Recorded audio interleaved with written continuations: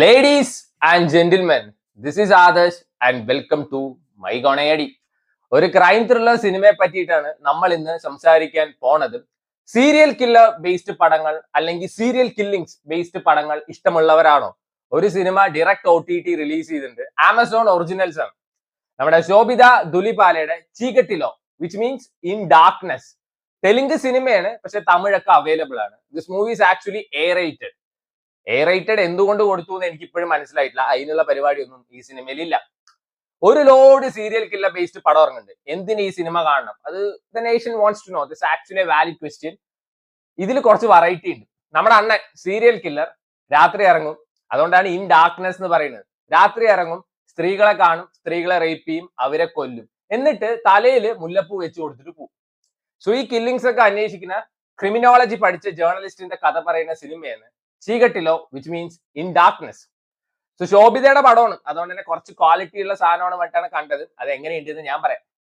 So ഈ cinema തുടങ്ങുന്ന സമയത്ത് തന്നെ ഒരു ത്രിൽ അടിപ്പിക്കുന്ന രീതിയിലാണ് തുടങ്ങുന്നത്. ഭയങ്കര സീരിയസ് നോട്ടിലാണ് പടം തുടങ്ങുന്നത്. ആ സമയത്ത് മ്യൂസിക് വർക്ക് നൈസ് ആയിരുന്നു. മറ്റേ സിറ്റുവേഷൻ അനുസരിച്ച് ത്രിൽ അടിപ്പിക്കുന്ന രീതിയിലുള്ള മ്യൂസിക് വർക്ക്.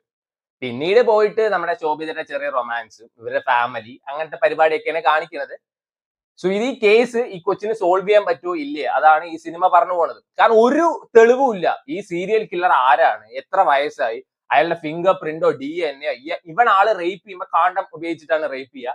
അതുകൊണ്ട് തന്നെ ഒരു തെളിവില്ല. പിന്നെ എങ്ങനെ ഇത് സോൾവ് ചെയ്യണം, അതാണ് ഈ സിനിമ പറഞ്ഞു പോണത്.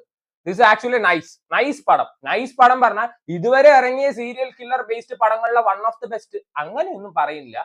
എന്നാലും അത്യാവശ്യം ട്വിസ്റ്റ് ഉണ്ട്, അത്യാവശ്യം ത്രിൽ അടിപ്പിക്കുന്ന ഒരു നല്ല സിനിമ. 2 മണിക്കൂറേ ഈ സിനിമയുള്ളൂ. ഈ സിനിമ ഫുള്ള് ശോഭിതയുടെ എന്റെ തല എന്റെ ഫുൾ ഫിഗർ ആണ്. അതുകൊണ്ട് ബാക്കി അഭിനയിച്ചവർക്കൊന്നും ഒന്നും പെർഫോം ചെയ്യാനൊന്നുമില്ല. ശോഭിത നന്നായിട്ട് തന്നെ ചെയ്തിട്ടുണ്ട്. വൺ കിടു പെർഫോമൻസ് എന്ന് പറയാനുള്ള ഒന്നുമില്ല. ഇത് ട്വിസ്റ്റ് ആക്ച്വലി നൈസ് ആയിരുന്നു. നമ്മൾ വിചാരിക്കില്ല ഇന്ന ആളായിരിക്കും കില്ലറിന്, പക്ഷെ എനിക്ക് അങ്ങനെ കണ്ടപ്പോ തന്നെ ഒരു സംശയം തോന്നിയതാണ്. അതുകൊണ്ട് എനിക്ക് കുറച്ച് പ്രെഡിക്റ്റബിൾ ആയി തോന്നി. Still this is a nice watch.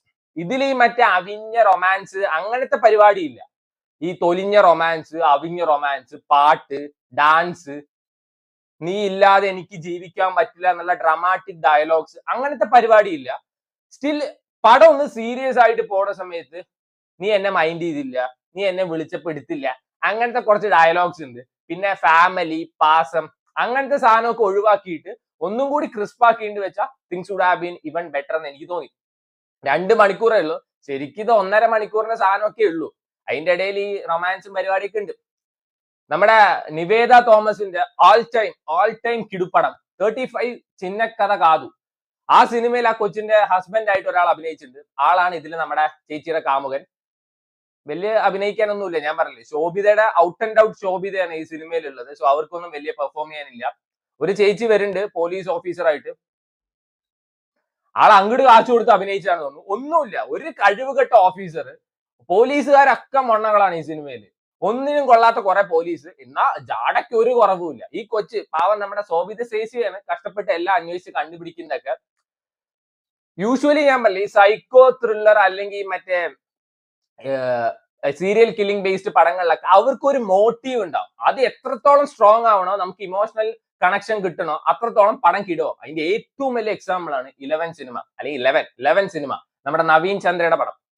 അതിലാ മറ്റേ നവീൻ ചന്ദ്രയുടെ ഒപ്പം നിൽക്കാൻ തന്നെയാണ് എല്ലാവർക്കും തോന്നിയിട്ടുണ്ടാവുക. കണ്ടവർക്ക് ഒരുവിധം എല്ലാവർക്കും. എക്സെപ്ഷണൽ കേസ് ഉണ്ടാവും, ഇനിയിപ്പോ വരും അതിനെ പറ്റിയിട്ട്. നീ എല്ലാവർക്കും നിൽക്കാൻ പറ്റും പറഞ്ഞു, എന്നാൽ എനിക്ക് നിൽക്കാൻ പറ്റിയില്ല എന്നൊക്കെ പറഞ്ഞിട്ട്. സോ ഓൾമോസ്റ്റ് 90% ഓഫ് ദ ഓഡിയൻസിന് നവീൻ ചന്ദ്രയുടെ ഒപ്പം നിൽക്കാനായിരിക്കും തോന്നിയിട്ടുണ്ടാവുക. എന്നാൽ ഇതില് സീരിയൽ കില്ലറുടെ ഒരു മോട്ടീവ് ഉണ്ട്. ഇത് കണ്ടിട്ട് നിനക്ക് കൊല്ലണോ, ഈ മോട്ടീവുകാരൻ നിനക്ക് കൊല്ലണോ, നല്ല മോട്ടീവാണ്. ഇത് കണ്ടു കഴിഞ്ഞാൽ നമുക്ക് അവനെ തല്ലിക്കൊല്ലാനേ പേഴ്സണലി തോന്നുള്ളൂ. So to me this is a nice watch. പക്ഷെ വൻ കിടു സാധനം എന്നൊന്നും പറയാനില്ല. സമയം ഉണ്ടെങ്കിൽ കണ്ടു നോക്കുക. ആമസോൺ പ്രൈമിൽ അവൈലബിൾ ആണ്. ഹിന്ദി, തമിഴ് ഭാഷയിലും അവൈലബിൾ ആണ്. ഒറിജിനൽ തെലുങ്ക് വേർഷൻ ആണ്. ഞാൻ തെലുങ്കാ കണ്ട്. സോ ഡബ്ഡ് എങ്ങനെയാണെന്ന് എനിക്കറിയില്ല. Try it out.